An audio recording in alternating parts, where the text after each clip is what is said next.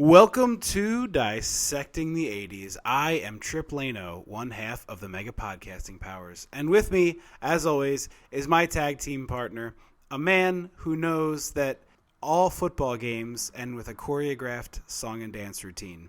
The Macho Mandrew. Andrew Lano. I mean, if they were televised, I might be a little more interested. One of the weirdest sequences of that movie, but we'll save that till we get there. And as we're in Apsit Moa, Andrew programs the show in the month of April.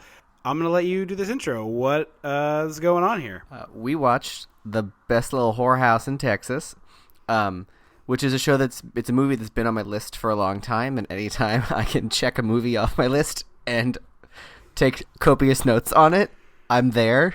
So I figured it's, we're gearing up in the months leading up to the Tonys. Let's watch a musical, get a little fun, a little jazzy.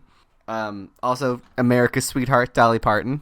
That's right. Well, we watched The Best Little Whorehouse in Texas, so you know what that means. We gotta go back. We gotta go dissect the 80s. It's your chickens. Something's gotta be done about your chickens. When the mega powers explode. I'm talking about the 80s. Oh, yeah. Great Scott! Cream of the crop. Oh, yeah. Mega powers, yeah! When this baby hits 88 miles per hour, you're gonna see some serious shit. So I want to say right off the bat, obviously we've talked before how I'm not generally wild about musicals, which is true. You have a couple favorites, although you like Singing in the Rain is like your jam, which to me feels like the most classic musical theater musical of all time. So you're like, I don't generally care for musicals unless it's a Gene Kelly extravaganza about the origination of musical movies.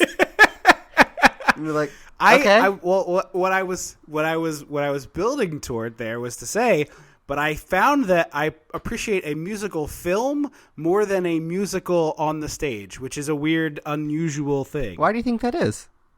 I don't know, but I love the Blues Brothers, which we've talked about before. I think is musical. You quibble, but that's fine. No, I agree. If there is music that is presented in a way that furthers the story in some way, that's a musical, and the Blues Brothers does that.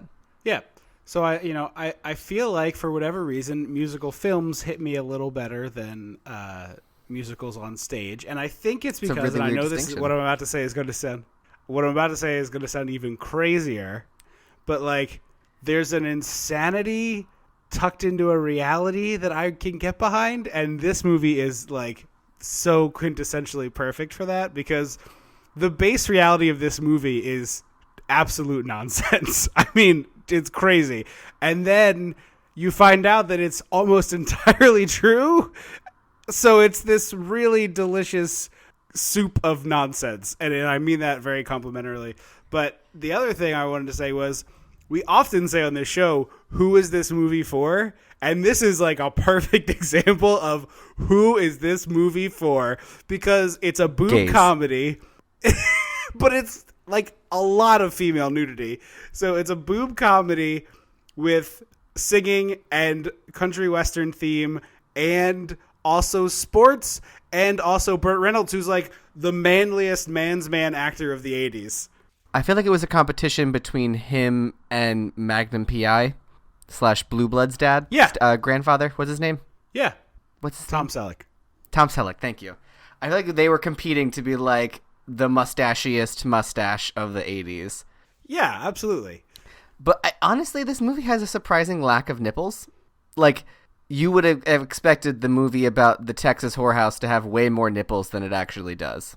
I mean, there's a lot of nipples in this movie, my friend. Like if a 14-year-old boy stumbled across this movie on pay cable, he would have been very happy with it.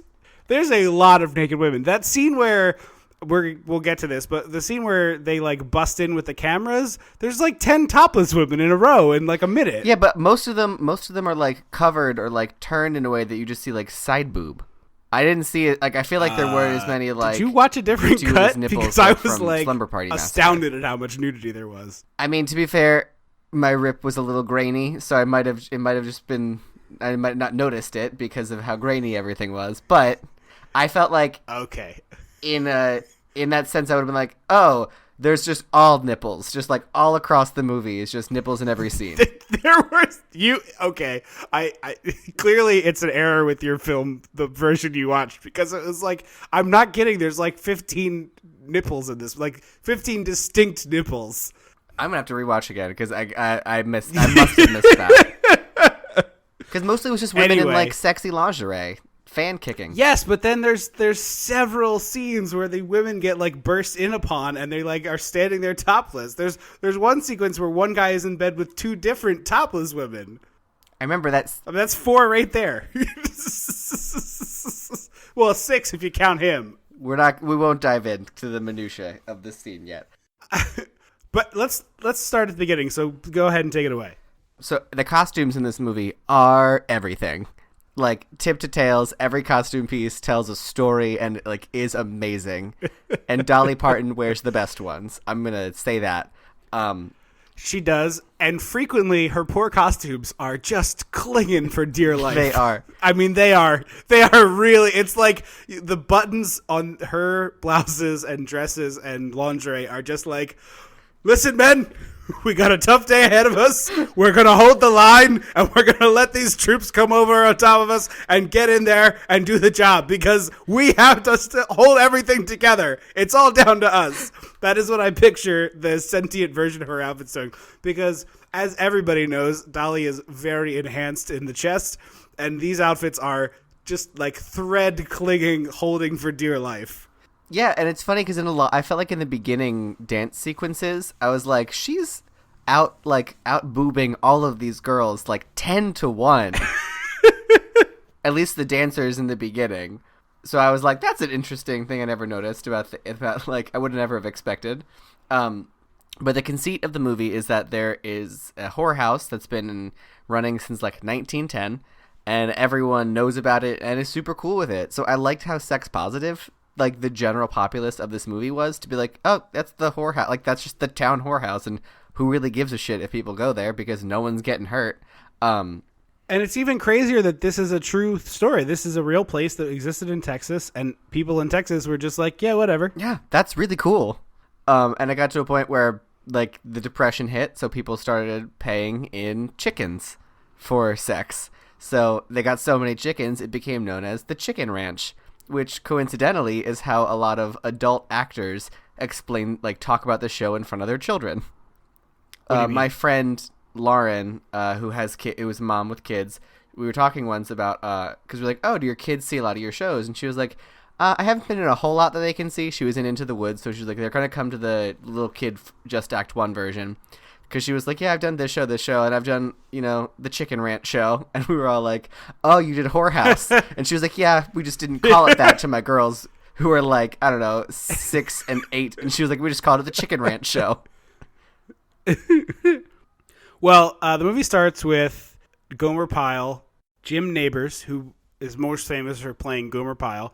He narrates the whole movie, and honestly, he is the absolute MVP of this movie. And he's a joy. I say that, yeah, like Dolly Parton. This I really spoilers for the end of the podcast. I really genuinely enjoyed this a lot, and I was not expecting to. Like, I did enjoy this movie quite a bit. But Jim Nabors, every time he comes on screen, has like a great line or a great line reading or a great facial expression that really pulls something together. And he obviously played a very similar character in everything he ever did, as sort of a dumb bumpkin type. But he's so good in this movie. And so we get this like opening narration explaining the story that you just told, and he picks up a stereoscope like from the 1910s or 20s or whatever it is. That you might remember from the first scene of the Carousel of Progress. That you might recognize if you've seen the first scene of the Carousel of Progress. Yes. They're like a 3D single image that people would look at, and I guess there were lewd ones as well. But every time I see these things, all I imagine is, and I know we've talked about this before, how spoiled we are in the modern era for entertainment. But like, could you imagine like a bunch of adults got together in a room and looked at a picture through like essentially tiny binoculars? They looked at a Viewmaster. Yeah. They looked at a Viewmaster like for entertainment. Like a bunch of adults put on some phonographs and they looked at pictures together. I'm so glad we are alive when we are alive. Yeah, that is some roof stoof in terms of entertainment. Yeah. But we go to the brothel, and then one of the things that he says is fathers would take their sons. And that's just absolutely the grossest thing to me. Like, of all the male bonding activities that exist, this is the worst one. It super is, but I feel like it's a weird trope that has thankfully been abandoned in a lot of, like, entertainments, like, mediums. But I feel like that was a trope of, like, oh, the dad wants to teach his son about the birds and the bees, so he hires him a prostitute. Like, that feels like a thing that we've seen I feel like we saw it in an 80s movie on the show, and I can't remember which one. I can't remember a movie offhand that we've done, but it pops up all over the place. It's even a joke on 30 Rock with Liz's brother who thinks it's 1985 or something like that, and has a head. Oh, that's right. On the show. But when he finally, spoilers for a 30 Rock episode, I guess, when he finally realizes what year it is, his dad's like, I'm going to take you to I think he says something about a hen house or chicken house. I think he calls the brothel something weird, but he's like, I'm going to take you there. But yeah, it's also, it has to happen for real in some places, right? Like, I guarantee this is not something that they made up for this movie, but I just can't even imagine how do you have a conversation on the way to that place with your dad? I don't know. You have to have a very different relationship with your father than we had with ours. Gross one. A very gross one is that. But there's a maid, or a housekeeper maid at the chicken ranch, and her name is Jewel, and she is just a delight in every scene. I wanted more of her. She is really fantastic. She everyone too. In the first big dance number ends, the sort of the Belle and Beauty and the Beast number where you learn the whole thing of everyone hates Belle. This is the number that teaches you the world of the show, and you get it. Your opening number. Fuck that girl. She reads books. No, here goes Belle singing her daily mean song about the whole town. That is true. Belle is kind of a shithead at the beginning of that. The subtext that we don't talk about, but sometimes Belle can be a shithead. Did you listen to the new episode of Dissecting the 80s where they clowned on Belle from Beauty and the Beast for no reason when they were talking about the best little whorehouse in Texas? And also spoiled an episode of 30 Rock?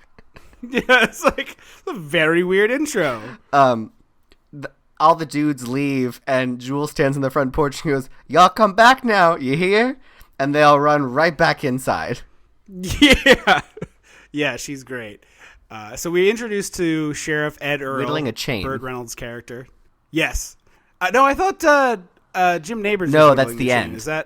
That's the passing the torch? Okay. So there's a mule that is sat upon a car, and he strides up to this mule and starts to talk to it as if it's a person doing something unreasonable. And then he whips out his pistol and shoots it in the air, and then the mule goes running off, and he's saved the day because he got it off this car. Yeah, they're like, he always believed in talking diplomatically first, but also had a horrible temper. Yeah. And that's a really good, I will say, as far as screenwriting goes, really tight, concise intro to this character, because that's who he is for this whole movie. He wants to talk things out, and then he wants to punch you. Yeah, I was like, oh, I know this character right now. Got it. Good, moving on. Perfect, wrap it up. So 8 minutes and 20 seconds into the movie, we get our first song, which I took as a not a we great opened omen. with a song. But because every movie we do practically opens with a song. That's true. They don't often have the characters singing it. So this is 8:20, and the women of the brothel are all dressed like Spice Girls, basically. Yeah, it's very workouty, girl groupie. You're right. This is also the song that I think Dolly changes the most in. She has 6 or 7 outfits in this 4-minute song. None of which she looks like she can breathe in, by the way. They are. No, but they are cinched. all fabulous. Each one just keeps getting better. Yes, they are. The only way it would have been improved if they were tearaways to reveal a different dress. Well, she could have done a tearaway just by taking a deep breath. It just would one big, and they're just not on anymore. I think that could have been easily But achieved. I'm talking about going into a different dress. If she did that, then all of the dresses are coming off. Maybe there's a spandex morph suit. Oh, underneath. there it is. Yeah, it's all stretched spandex. Yeah. We didn't mention at the top, this is the same director as 9 to 5, and he's also the guy who wrote Harold and Maude. Oh, he's awesome. Yeah. So when they explain the town and its relationship to the brothel, one of the great lines that somebody has is, or sorry, one of Dolly's, I think it's Dolly's line is, the cows really appreciate when the bulls go to another pasture. Yeah. Which, again, is like a very forward-thinking ideal for Texas in 1950 or It's 60. super sex positive for 80s Texas, which you think would be like the Bible Beltiest, most conservative, puritanical nonsense. But they're like, no, it's just the whorehouse, and that's what people do. Whatever. Move on. Yeah. What else would they do on a Saturday Right? night? I wrote, Dolly, an up-tempo musical theater just makes sense to me. Like, I want more. I also didn't mention, but is definitely noticed all throughout this, and not to rehash the whole thing we did before, but what did we decide it's called when like the hip line of the bottom is very high? Because I said high-waisted, and that is incorrect according to the fashion It is term. it's not high-waisted. I Yes. feel like it's a high cut. I think there is a Okay. something cut, but I don't know what it is, so I just say a high cut. Well, every single lady in this movie has the cut of these bottoms of these lingerie outfits and whatever they're wearing are insane. Where it's essentially the bottom of your rib like cage. a one. Yeah, and it touches the bottom of your ribs is where the top of of it goes, and then by the time it's around your body, it's like an inch and a half wide piece of fabric. Yeah. I also want Dolly's red convertible. She like strolls into town It's a gorgeous to car. donate money because they hammer home the point. They're like, she's the best person on the planet. She just she basically is playing herself if she were running a brothel. She's like donating to charities. She's a good person. Like everyone loves her. She just happens to be a sex worker. So it's like, oh, that's why like people don't give a shit about this because she's awesome. And then she just drives away in her red convertible. It's very much the hooker with the heart of gold stereotype, but because it's Dolly Parton, it doesn't feel as cliched and terrible. Yeah, exactly. And I will say this, I generally am not a huge Burt Reynolds fan, but he's incredibly charming in this movie, and he does the two of them have some really good chemistry. They're amazing together. Yeah. Because he looks a little too old for her, and in the first scene I had them together, when we saw them together, I was like, man, he looks way too old for her, even though they're like 10 years apart, and I think like probably 40 and 30-ish in that. I think it was like upper 40s, upper 30s.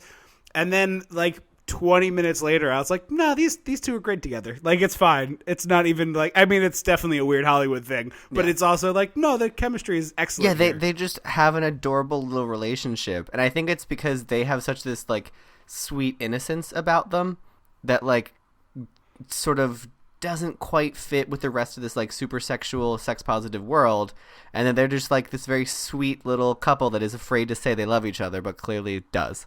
I also think it was a really good change. Apparently in the musical, he slept with her once several years ago and just has a soft spot for her, Yeah.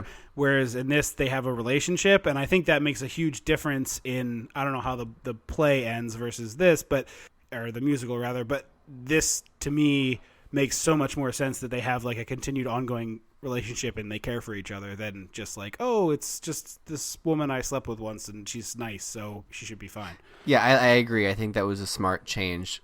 It makes sense. It also makes sense for like, we want this to be about Dolly and Bert for that reason that you would change that. It also makes sense from a logistical writing standpoint if you want the movie to be a vehicle for Bert and Dolly, that you would rework that so that their characters have more meat to them. Yeah, that's true too.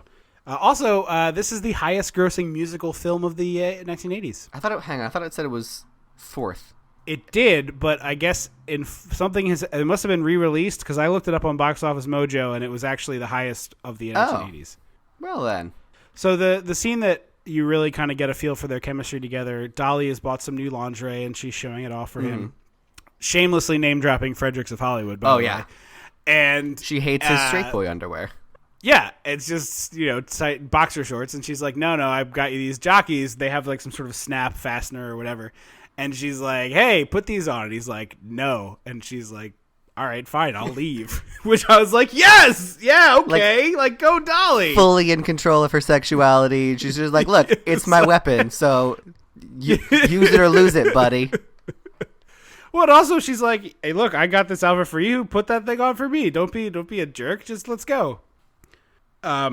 Also, in terms of backstory for this movie, Willie Nelson was apparently supposed to play the Burt Reynolds part, which I think also would have been really good. I don't know that I would have. I feel I guess I'm picturing now Willie Nelson, and it's hard to like. Yeah, Yeah, no, Picture like young, handsome stranger Willie Nelson. I don't know. Interesting. Anyway, yeah, no, I think it would be great, but I love Willie, so obviously a little biased. So anyway, he won't wear these jockeys, and they go back and forth and back and forth and back and forth, and then eventually he says, fine, I'll put on the jockeys, and goes in the bathroom to do it.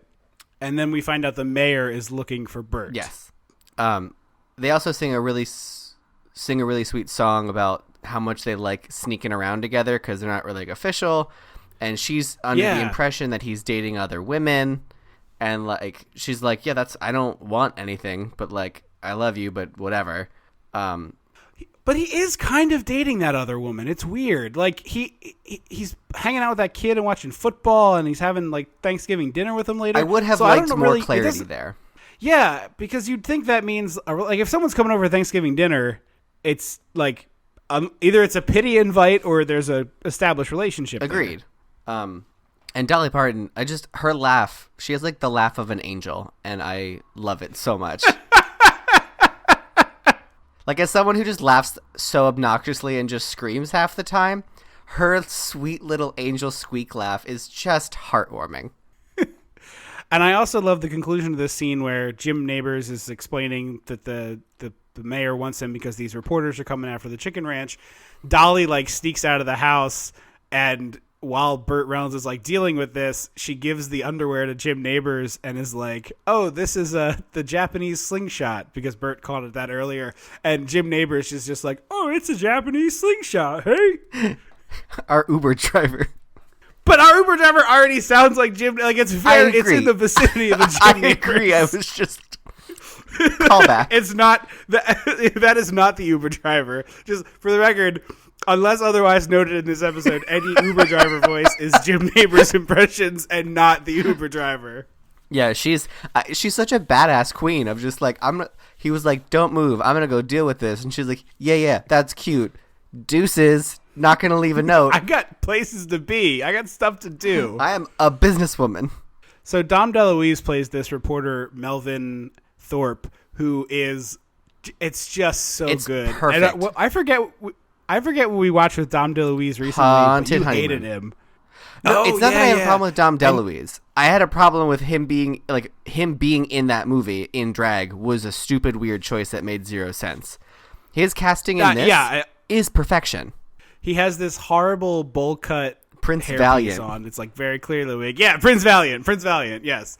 And we meet him as he's getting dressed for his show. He's invited Burt Reynolds to come down, and he's putting on like a girdle, and he's strapping up this crazy outfit that has like it goes over the top, and then there's a strap like under his crotch to hold it down tight, and then he puts the pants over it, and he has Burt Reynolds to hand him those rolled up socks so he can stuff his pants with it. I mean, it's just this vain doofus is just awesome. You just want to punch him in the face, and Dom DeLuise like clearly knows it, and just is playing this character pedal to the metal.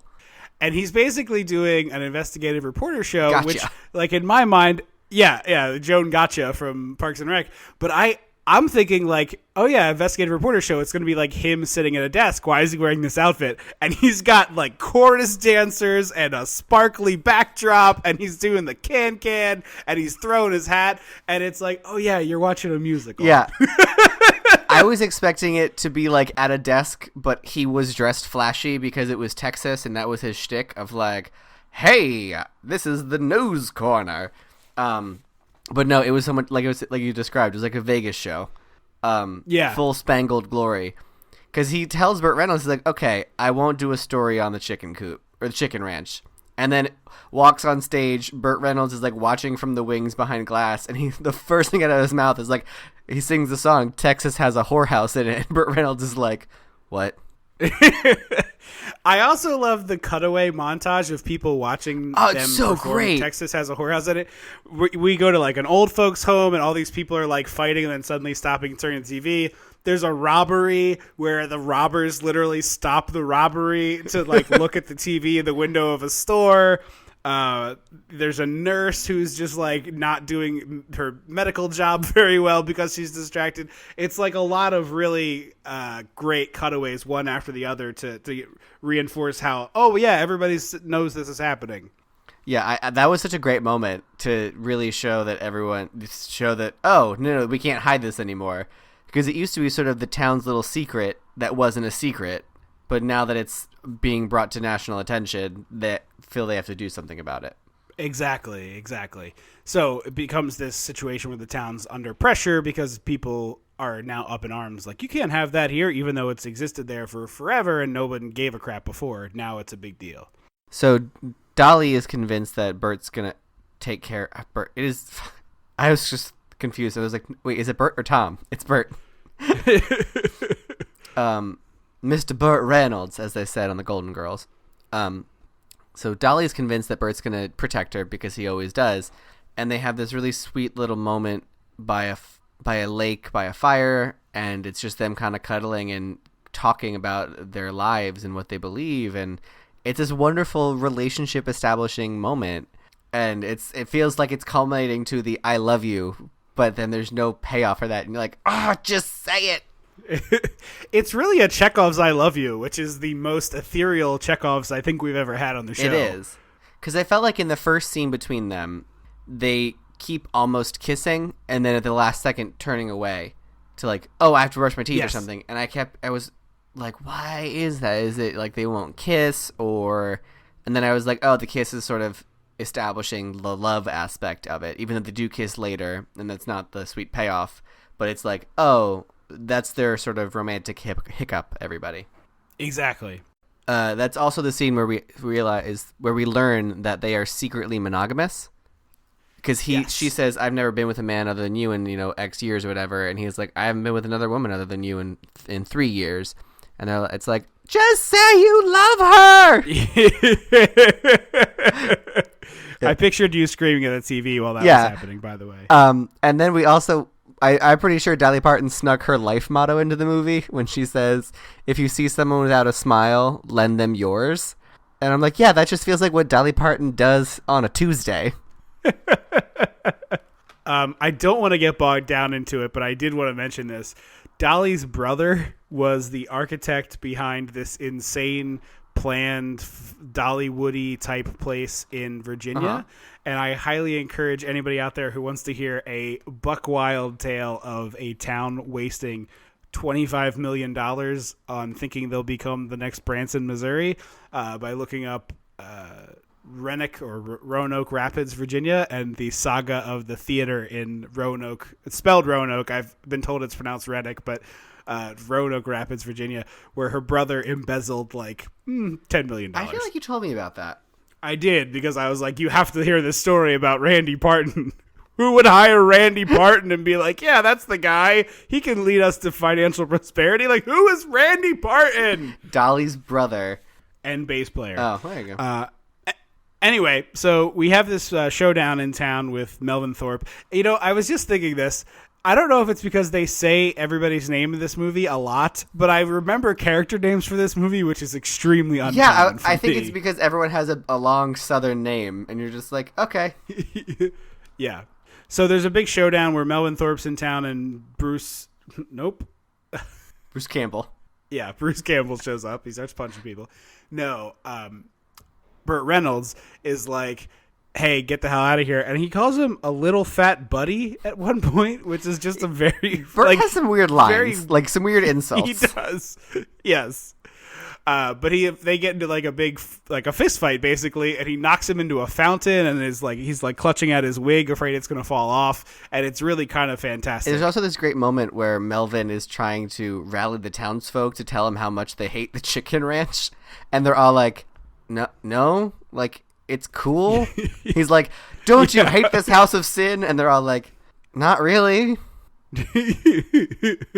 Yeah, it's really delightful how they're just like nonplussed by this whole thing. Where they're expected to be like, no, this is awful, and they're like, I don't know. It seems like fine to me. Like in the remake of this movie, he would have had like plants in the crowd. He would have busted in a group of people to hang out there and pretend that they were citizens outraged. Absolutely. And it would be played by Josh Gad. It would be played by Josh Gad, actually. If they redid this, it would definitely be Josh Gad. Yeah, he would be good for it. It would be pretty perfect, actually. Mm-hmm. So Dolly and Bert go camping, And it's like a very cowboy campsite where it's just, a very sparse campfire and some seats around it. And they're basically just laying there looking up at the sky and talking. And Dolly has like perhaps my favorite line in the whole movie where she basically says that if aliens don't have peckers, she's not interested in them. Yeah, it's a weird turn of events, I have to say. Yeah. And this is where the genesis of the idea that Burt Reynolds should run for political office starts, because he starts giving these sort of monologue-y speeches about like, hey, we should stand for something and do a thing and da-da-da-da-da. And she's like, you should run for office, Earl Ray. And so cut to the mayor of the town calling Burt Reynolds in a tizzy because he's on TV. And Burt Reynolds didn't realize they were recording his like tirade. Yeah, it's really funny that everybody gets all upset that he swears on TV, but nobody gives a shit that there's a brothel in town. That's what they're it's all like very selective. 80s bleeping sounded really weird, by the way. Yes, it was like sort of more resonant than the one that we use on this show. Yeah, I was like, that's interesting. But yeah, the town like doesn't care about the chicken ranch, but they're like, you swore on national TV. Yeah. So Bert goes to Dolly and he's like, look, lay low for 2 months. This will all blow over and you can open back up, which is probably true. Mm-hmm. Like almost definitely that's true. And she says, all right, sure. But then, oops, it turns out the big Texas A&M football game on Thanksgiving is coming up. And the winner comes to the ranch under the dollars of a senator, which is just all sorts of There's bad. so much weird there. There's so many layers of bad stuff that you're parsing through there. Just like so many. So, also, 80s football is insanely silly looking to me. Like the uniforms look so cheap, and the because they show actual football footage and then they cut to actors singing and dancing. But they all have the belly shirt jerseys, and they're like they look so much cheaper than modern ones do. And everybody's got tape gays everywhere. now wear to bars like in the summertime is what they were taped. wearing to actually play. Bert also gives this kid a beer while they're watching the game as a celebratory thing. Like he's like, take a swig of this beer, which is why, as we've said before, it's weird. This relationship's not very well defined. We got a lot of dude butt in this movie. A lot of really cute dude butt. Because I was like, oh, this is a fun all dude dance number. And then all of a sudden I was like, oh, they're in they're football players. So they're in jock straps and taking a shower. Because sure. And it's a prison shower situation where it's just 5 dudes in a little square box. I always love like all male dance numbers always have an interesting energy to them as like compared to other ones in musical theater because they don't happen that often. So I'm always like, this is kind of cool to watch, and they're all really good dancers. They are actually, although the choreo is very strange. It's a fun mix of like country line dancing, Western dance, but also just musical theater, jazz runs, and West Side Story. Yes, it's extremely West Side Story. And also, I noticed, and there's a million logical reasons for this, but none of them are wearing cleats. Oh, yeah. They're wearing shoes. But when they dance, it sounds like cleats. So there was a little bit of Foley trickery. And then they put on cowboy boots and they're like clip-clopping again. But when they dance, it's like a tappy sound, which cleats do sound like that indoors, but none of them are actually wearing cleats. For safety, I mean, obviously, it's so hard to walk on concrete in cleats. Let alone believe dance. me, I've slipped and fallen before. Yeah, I have no judgment there, but it was funny that I just like, oh, they're not, oh, it's fake. Ha ha, you tricked me, movie. Then they end up singing not only in the locker room, and then there's a pause when the senator comes in, and he's like, let's all go visit the brothel together, boys. And then they cut to them on the bus, and there's like awesome a guy shot on the hood. It's gorgeous. But this dude is like sitting on the hood of the bus and dancing, and then dudes are hanging out the windows, and another dude's hanging out the door. It's just like, this is a very Mad Maxian way to roll up to a brothel. It was. And then there was a weird moment where the bus popped a tire. And I was like, oh, is this the police being like, hey, kids, the ranch is closed? And I thought it was going to like take a different turn than it did. And then they just all piled into a truck, which was an even cooler shot of very like Muppety Dr. Teeth and Electric Mayhem. It was so Muppety. I had the same note. So they get there. So they get there, and the women are all wearing these elaborate ball gowns instead of lingerie, which seems odd until you realize it's like a stripped-down hoedown number that they're doing. I went, these all look like two pieces. That's an interesting choice, but it was the 80s, so two-piece prom dress makes sense. And I went, oh, the obligatory fancy ball gown scene that a lot of musicals have for no apparent reason.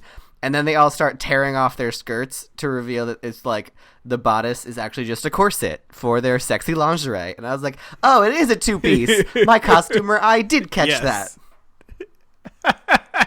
So there's a lovely little hoedown kind of number. They do some square dancing, and then they go upstairs with the ladies, and, the lights go off and things happen. Meanwhile, Melvin Thorpe has shown up with his crew, and they're going to...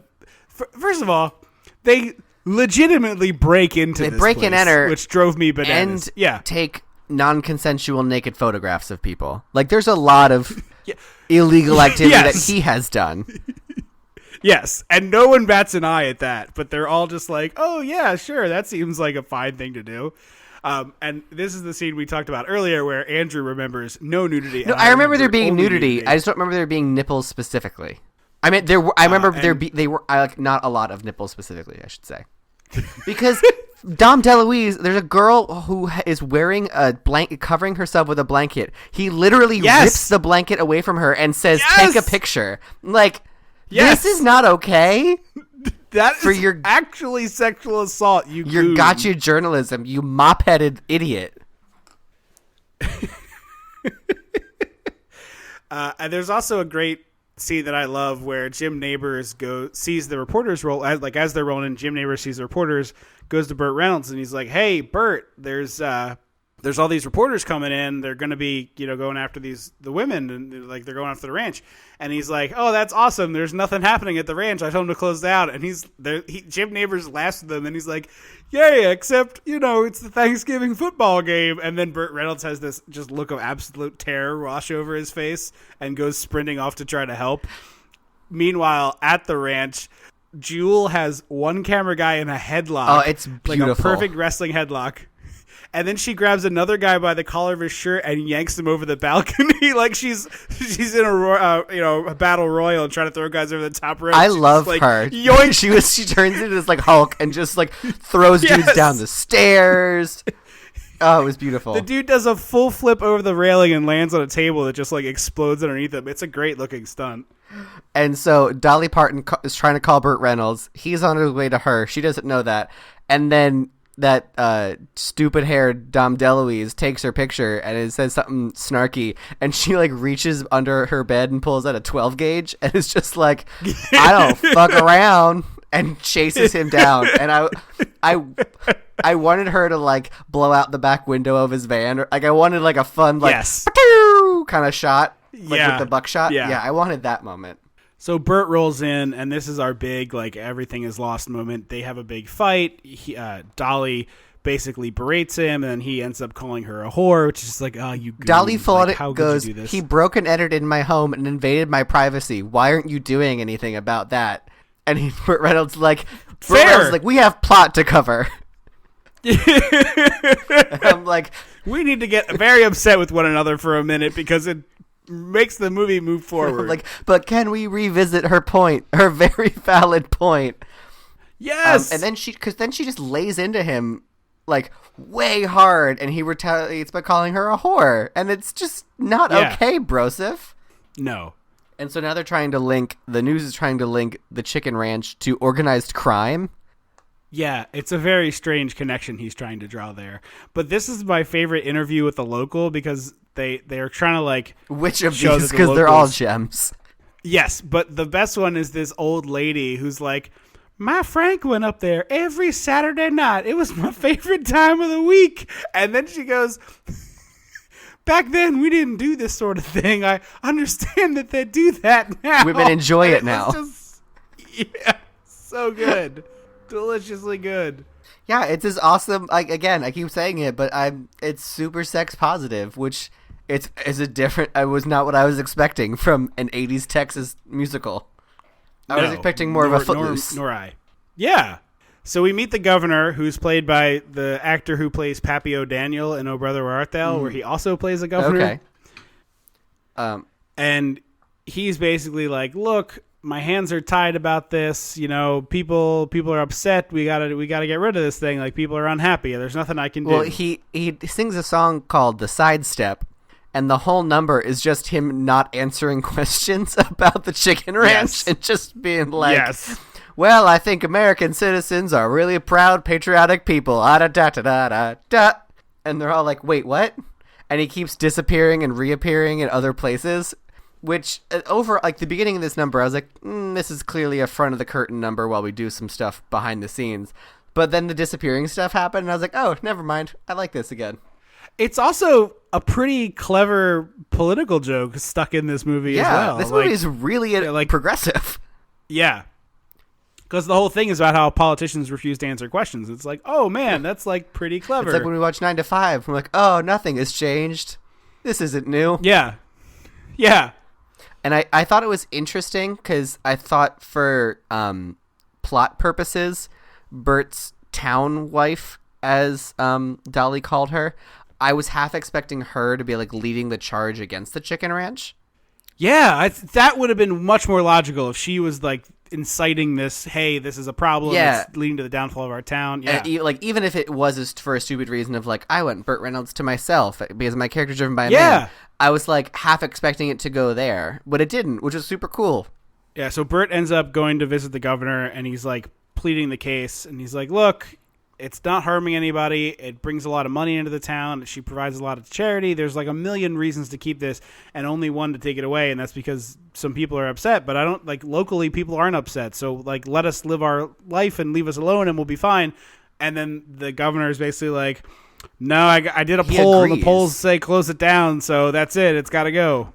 The governor basically is about to agree with Burt Reynolds. And then his assistants run in and they're like, here are the poll numbers. And he's like, well, unfortunately, my constituents are against the chicken ranch like 47 to 30% with, 20% abstaining. So I have to do what they say. And I was like, it's kind of cool that he is a politician who's like going with what his constituents want. And it wasn't like it wasn't like, oh, well, they're. Imagine what that's right? like. I can only, but like, imagine that crazy musical world.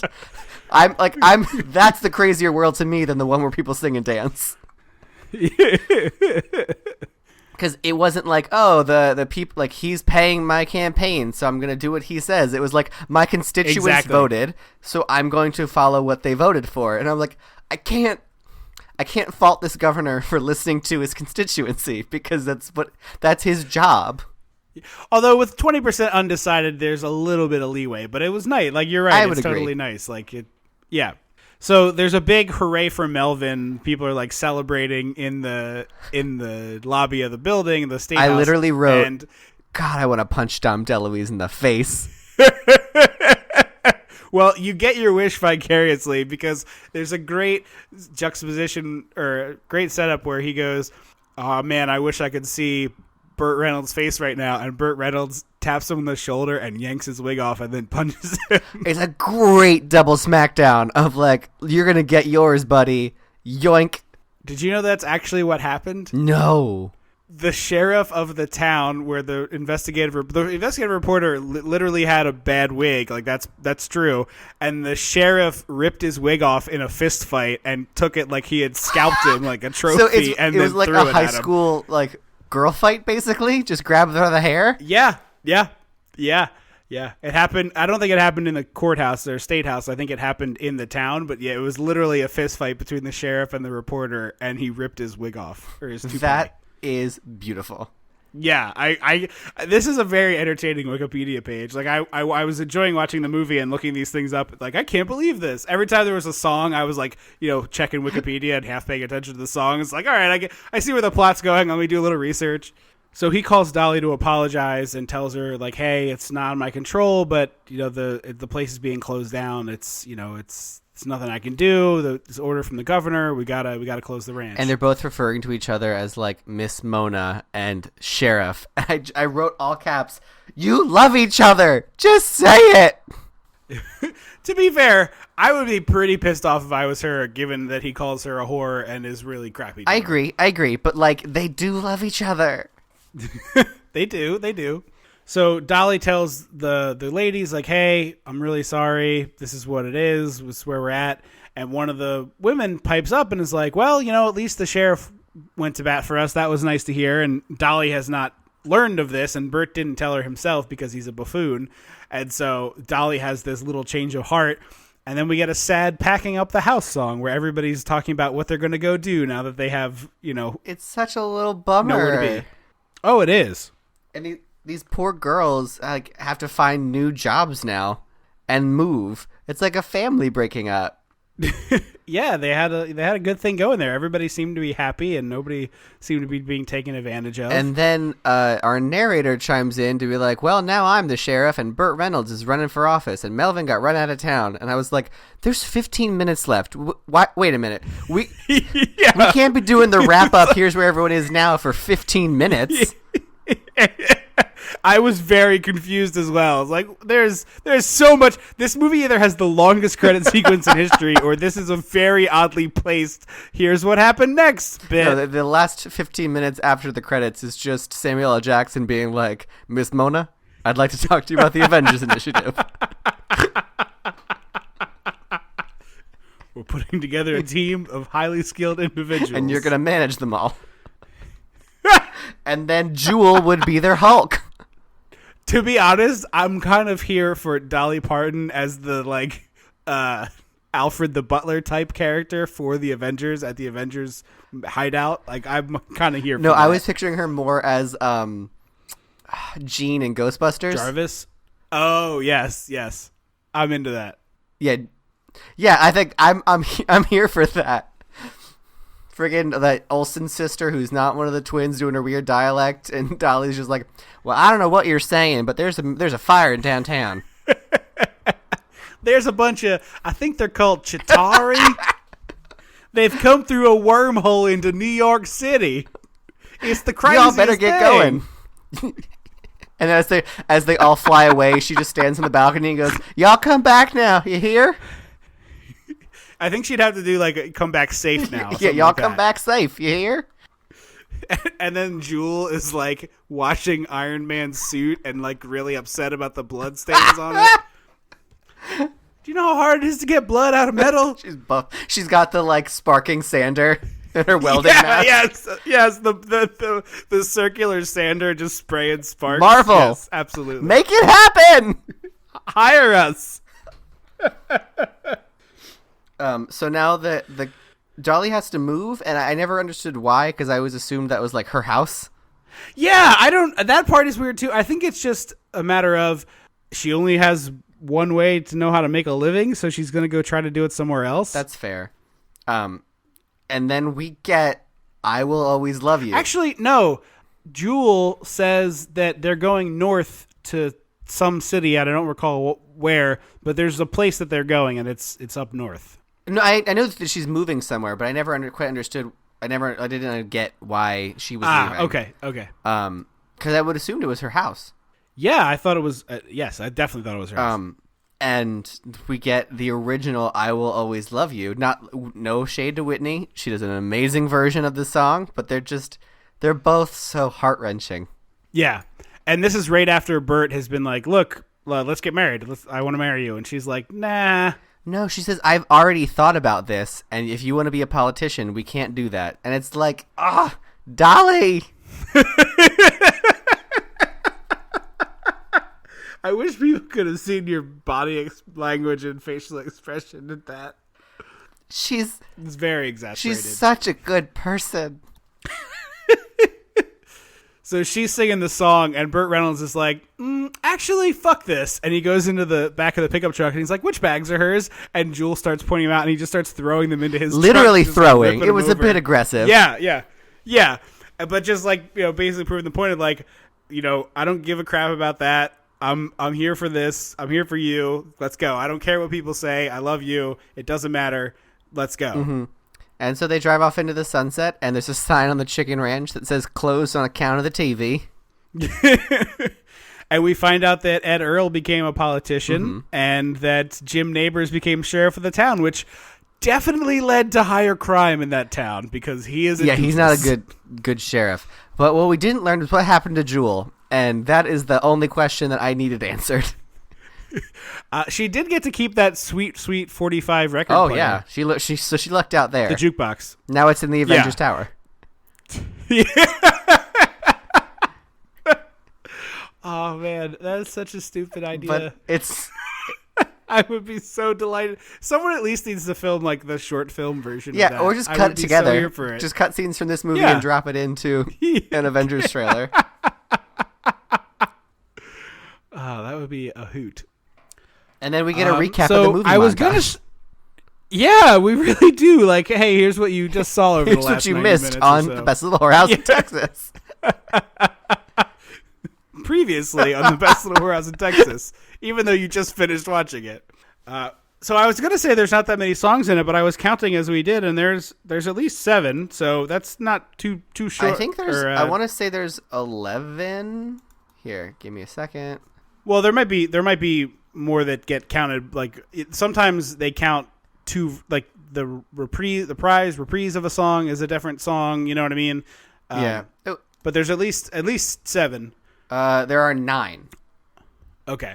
Is there any callback things No, it's there? just 20 fans, little old bitty pissants sneaking around. Texas has a whorehouse, courtyard shag, Aggie song, sidestep, hard candy Christmas, and I will always love you. Okay. So I think the answer is very obvious that both of us are going to recommend this movie. Oh, a hard recommend. It's so good. Yeah, me too. And I had you asked me to do that before I watched this movie, never in a million years would have been like, it's not going to be just a recommend, but like you should definitely watch this. Like really genuinely enjoyed this. And I don't really care for Burt Reynolds. And honestly, I don't think Dolly Parton's a great actress, but this is like a perfect role for her because it's just all charm and and Dolly bubbliness. has a bag of tricks, and that bag of tricks she is amazing at. And I feel like everything I've seen her act in has been like, just use those tricks. This movie is for those tricks. Like Yeah. you're never gonna she's never gonna be Lady Macbeth, and I'm fine with that. No. But like, Yeah. she'll be she's great in everything I've seen her in. Yeah, I really like 9 to 5, and she's very good in this.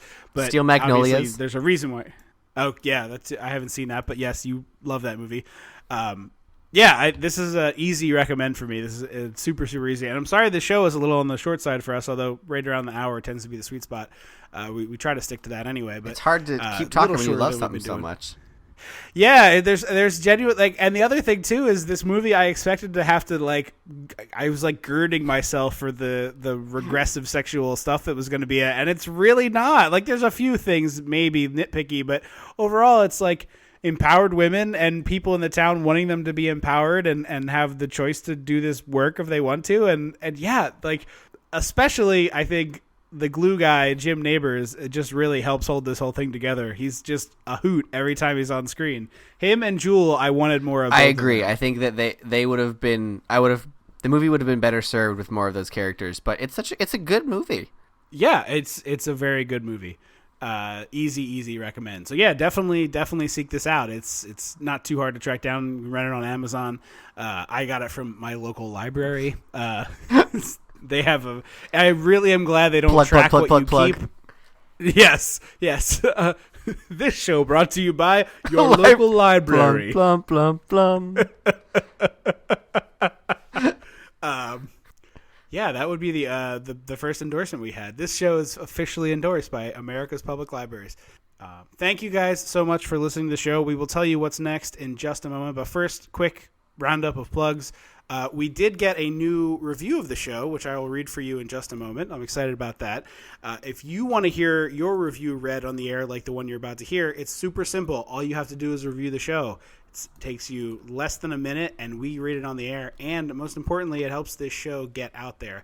Along those lines, if you like the show, please tell your friends. The only way that we get out there is by telling people about the show, and frankly, our friends are sick of hearing about it at this point. We're coming up on 4 years.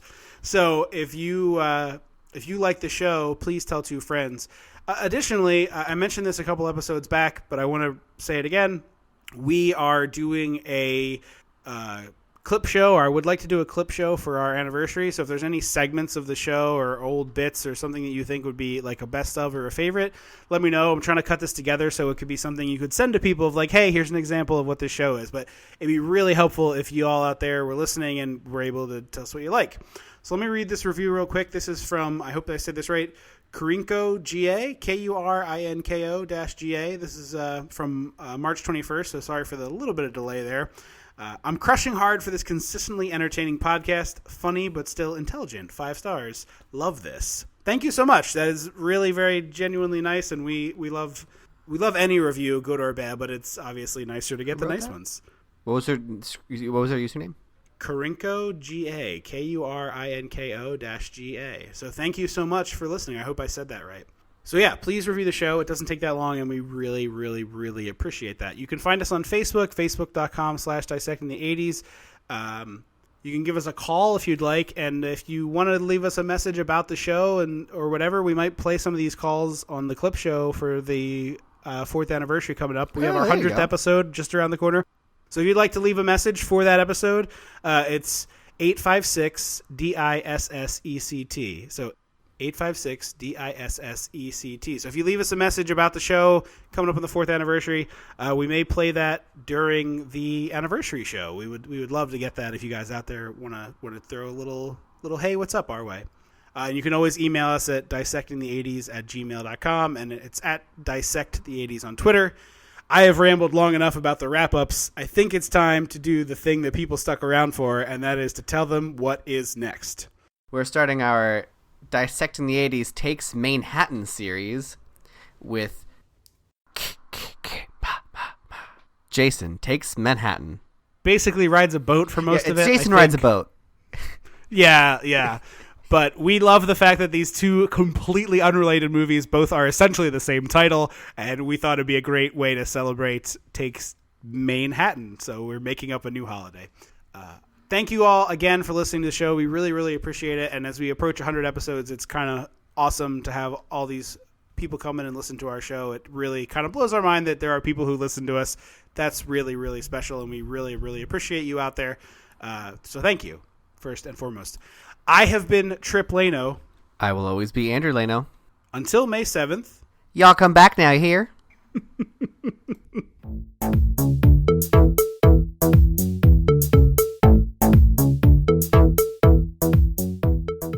Dissecting the 80s is a Chum Some of This production.